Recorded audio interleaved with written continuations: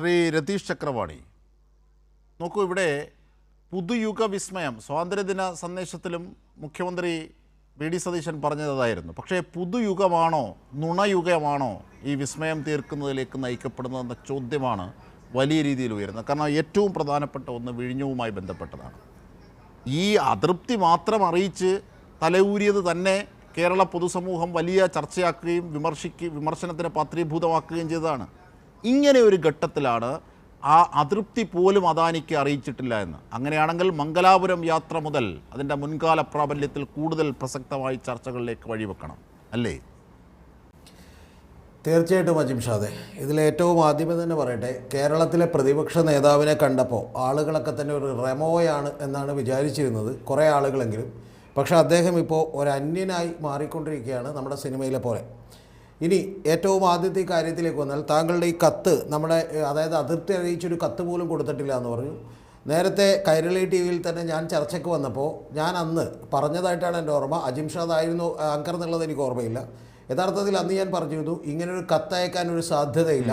അഥവാ കത്തയച്ചാൽ പോലും യഥാർത്ഥത്തിൽ രേവന്ത് റെഡ്ഡിയൊക്കെ നമ്മുടെ പഴയ മുഖ്യമന്ത്രിക്ക് അയച്ച കത്തിൽ എഴുതിയിരിക്കുന്നത് പോലെ അതിൻ്റെ താഴെ നീ പോമോനെ ദിനേശ് എന്ന് എഴുതിയതുപോലെ ഒരു വരി കൂടി ചിലപ്പോൾ സതീശൻ എഴുതി ചേർത്തിട്ടുണ്ടാവും. ആ എഴുതി ചേർത്ത വരി എന്ന് പറയുന്നത് കിരൺ അദാനി മോനെ മാമനോടൊന്നും തോന്നല്ലേ എന്ന് എഴുതി ചേർത്തിട്ടുണ്ടാകും എന്ന് ഞാൻ അന്നേ പറഞ്ഞതാണ്.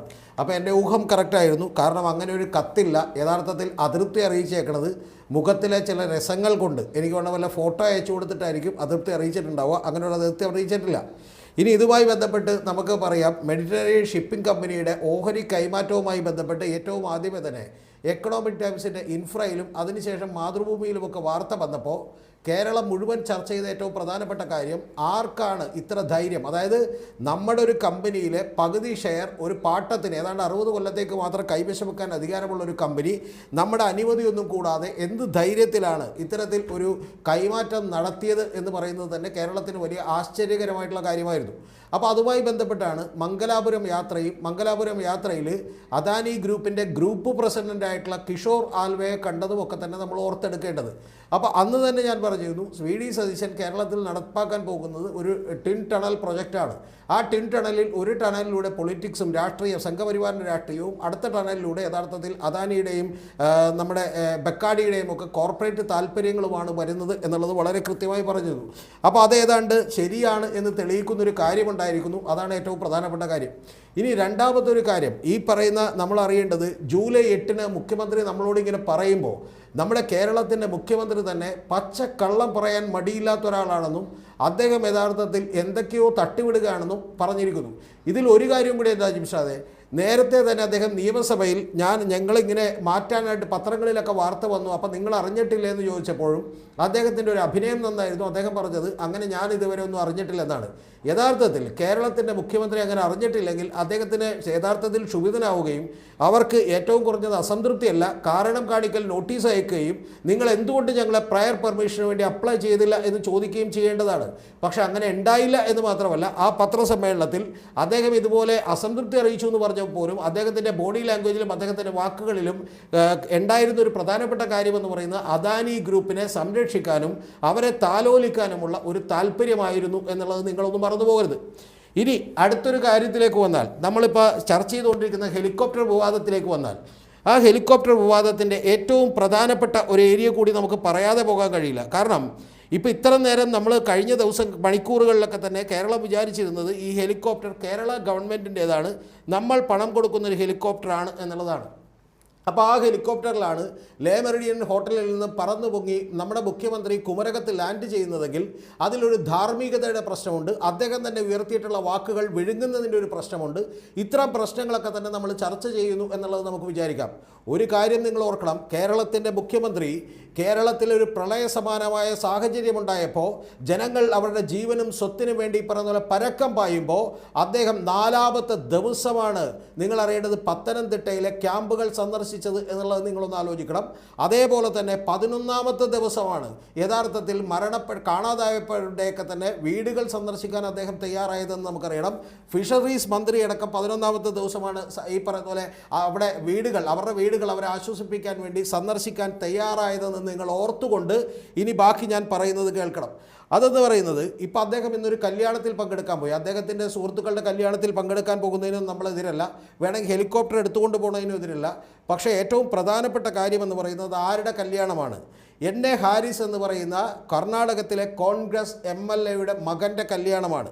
ആ കല്യാണം എന്ന് പറയുന്നത് കേരളത്തിനൊരു ബന്ധമുള്ളൊരു കല്യാണമാണ്. കാരണം അവർ കാസർഗോഡ് നിന്ന് അങ്ങോട്ട് മൈഗ്രേറ്റ് ചെയ്തിട്ടുള്ള ഒരു കുടുംബമാണ്. അപ്പോൾ അതുകൊണ്ട് പോയി എന്ന് പറഞ്ഞാൽ വലിയ കുഴപ്പമില്ല എന്ന് നമുക്ക് തോന്നും.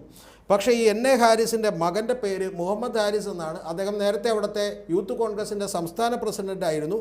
അദ്ദേഹത്തിൻ്റെ കല്യാണത്തിനാണ് പോയേക്കുന്നത്. യഥാർത്ഥത്തിൽ നമ്മുടെ ഒരു ദുരന്തമുഖങ്ങളിൽ സഞ്ചരിക്കാൻ നാലാമത്തെ ദിവസം വരെ വൈകിയ, അതുവരെ സ്വർണ്ണക്കട ജ്വല്ലറിയൊക്കെ ഉദ്ഘാടനം ചെയ്ത് നടന്ന 11ാമത്തെ ദിവസം മാത്രം അവരുടെ വീടുകൾ സന്ദർശിക്കാൻ സമയം കണ്ടെത്തിയ ഒരു കേരള മുഖ്യമന്ത്രി പോയ കല്യാണത്തിലെ ആ കല്യാണ ചെറുക്കൻ യഥാർത്ഥത്തിൽ 4ഓളം കേസുകൾ അദ്ദേഹത്തിനെതിരെയുണ്ട്. ആ കേസുകൾ ഏതാണെന്ന് കൂടി അറിയണം. അത് 439.21 കോടി രൂപയുടെ അസറ്റ് ബേസ് ഉള്ള വലിയൊരു വ്യവസായ കുടുംബമാണ്. എന്ന് പറഞ്ഞാൽ ഗവൺമെൻറ് കണക്കിലാണ് ഈ 439.21 കോടി. യഥാർത്ഥത്തിൽ ഒരു 700-1000 കോടി രൂപയുടെയോ അസറ്റ് ബേസ് ഉള്ള ഒരു കുടുംബമാണ്. അതിലും തെറ്റൊന്നുമില്ല.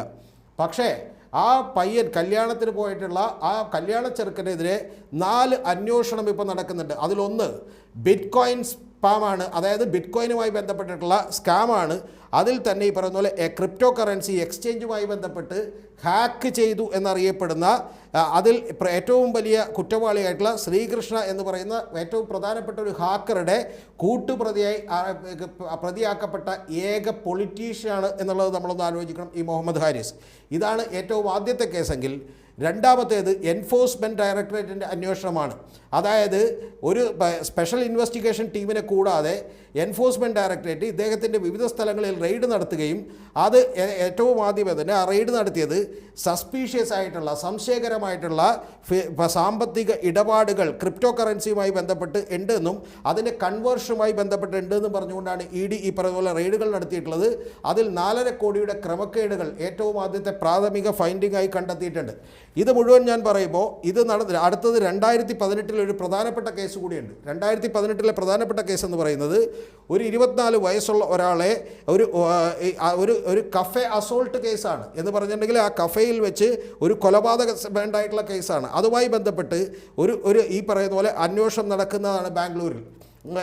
ഇനി അടുത്തൊരു കേസ് എന്ന് പറയുന്നത് വെഹിക്കിളിൻ്റെ മണി ലോണ്ടറിങ് പ്രോബ്സാണ്. അതായത് ഈ നാലപ്പാട്ട് എന്ന് പറയുന്ന അവരുടെ ഗ്രൂപ്പിൻ്റെ ആളുകൾ വെഹിക്കിൾ മേടിച്ചതുമായി ബന്ധപ്പെട്ട് അതിൽ ചില ഇപ്പോൾ ഇല്ലിസിറ്റ് ആയിട്ടുള്ള ട്രാൻസാക്ഷൻസ് നടന്നിട്ടുണ്ട് എന്നുള്ളതിൻ്റെ അടിസ്ഥാനത്തിൽ നടക്കുന്ന ഒരു അന്വേഷണമാണ്. എന്ന് പറഞ്ഞാൽ ഈ 4 കേസുകളിൽ അന്വേഷിക്കുന്ന ഒരു പ്രതിയുടെ കല്യാണത്തിനാണ് അദ്ദേഹം പോയത്. അതിന് നമുക്ക് വിരോധമൊന്നും പറയാനില്ല. പക്ഷെ ഒന്ന് ഓർക്കണം, ആ കല്യാണത്തിന് പോകാൻ ലേ മെറിഡിയൻ ഹോട്ടലിൽ നിന്ന് ഒരു ഹെലികോപ്റ്റർ അവരുടെ പണത്തിലാണ് പോയേക്കണത് എന്ന് പറയുമ്പോൾ അവരുടെ പണം എങ്ങനെ ഉണ്ടാക്കിയ പണമാണ്, ആ പണത്തിൽ നിന്നെടുത്തിട്ടാണ് കേരള മുഖ്യമന്ത്രിയുടെ യാത്രാ ചെലവുകൾ കൂടി വഹിക്കുന്നത് എന്നുള്ളത് കേരളത്തിലുള്ള ആളുകൾ അറിയുമ്പോൾ അതിൻ്റെ ധാർമ്മികത യഥാർത്ഥത്തിൽ പ്രശ്നം കുറേ കൂടി വലുതാകുന്നു എന്നുള്ളതാണ്.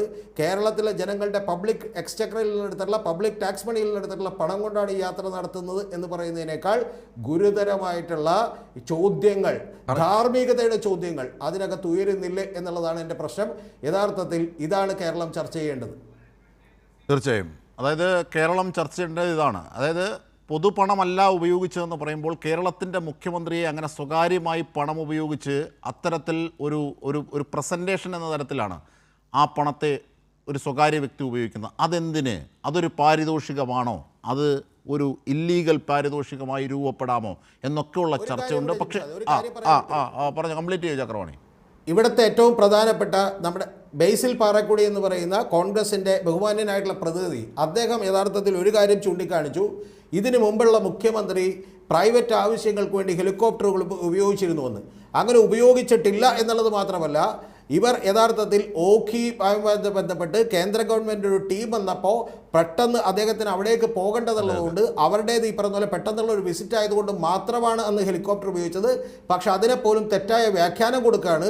സാധാരണ കേരളത്തിൽ ഈ ഹെലികോപ്റ്റർ വാടകയ്ക്കെടുക്കാൻ തീരുമാനിച്ച മുഖ്യമന്ത്രി പിണറായി വിജയൻ ഒരു കാലത്തും അങ്ങനെ ഉപയോഗപ്പെടുത്തിയിട്ടില്ല എന്ന് മാത്രമല്ല പൊതുകാര്യങ്ങൾക്ക് വേണ്ടി മാത്രമാണ് അത് ഉപയോഗപ്പെടുത്തിയെന്നുള്ള കാര്യം കൂടി നമ്മുടെ മുമ്പിൽ നിൽക്കുമ്പോഴാണ് ഇത്ര വലിയ പ്രശ്നങ്ങൾ. അതായത് അധികാരം ഏറ്റെടുത്ത് 3-ാമത്തെ മാസത്തിനകം ഇത് യഥാർത്ഥത്തിൽ 3 യാത്രകൾ, ഒന്ന് മംഗലാപുരത്തേക്ക് അദ്ദേഹം പ്രൈവറ്റായി പോയത്, രണ്ടാമത്തേത് നിങ്ങൾ അറിയേണ്ടത് ഈ പറയുന്ന എറണാകുളത്തേക്ക് വന്ന് ഇൻവെസ്റ്ററെ കണ്ടത്, മൂന്നാമത്തേത് ഈ പറഞ്ഞ പോലെ കുടകിലെ കല്യാണം കൂടാനുള്ള യാത്ര. ഇത് 3ഉം വിവാദമാകുന്നത് എന്നുള്ളത് നമ്മൾ മറക്കരുത്. തീർച്ചയായും.